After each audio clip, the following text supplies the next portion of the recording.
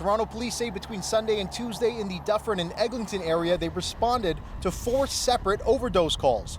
3 of the people, all adults, died. I feel like the overdose is getting worse because since I've been here, in less than a year, I noticed that been 6 or 7 people get overdosed. It's no surprise to Chris Williams, who owns a nearby juice bar. He says he tries to help out local drug users when he can by giving them food. Several people that I know, I see all the time, I will be like, hey, where is so-and-so? They're like, oh, he got overdosed. Police don't know what the drug is since it was used before they arrived, but it's suspected to be an opioid. It's becoming increasingly hard to determine what drugs are as the street supply becomes more and more contaminated. At the Toronto Drug Checking Service, they've analyzed over 800 samples this year. So in 2024, of all fentanyl samples that we've checked, not a single sample has contained only fentanyl, which we think points to the level of contamination in the supply. So that means that not a single fentanyl sample met service users' expectations.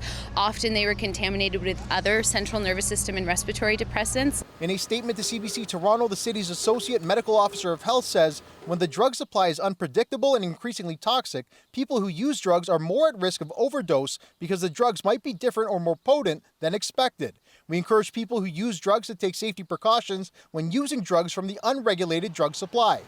The drug checking service is one of those precautions, although it takes a full business day to turn around results for opioids. So that people have an understanding, hey, I had an adverse event or reaction or overdose. What was in that sample? Or alternatively, that drug really worked for me. What was in it? And then they can use that information to advocate for themselves with their seller and with their healthcare providers. Police are also encouraging caution and reminding people that if they do use drugs, to not use alone. I think people should always carry naloxone, have somebody to buddy up with when they're using. The reality is the majority of people use alone in their own homes. There are people who need to use to get to their jobs, and there are people who just use alone because of stigma and discrimination. While naloxone will reverse the opioids in event of an overdose, it won't counter the other contaminants in the drug.